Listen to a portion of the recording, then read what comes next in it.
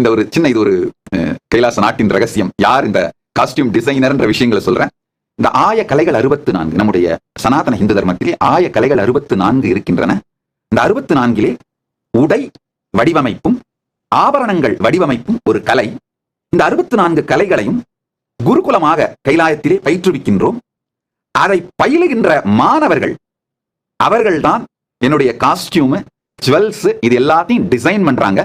பாரம்பரியமான உபாகமங்கள், ஆகமத்துல இந்த 64 கலைகளை பற்றிய எலாபரேட் லிட்ரேச்சர்ஸ் எல்லாம் உபாகமங்கள்ல இருக்கு.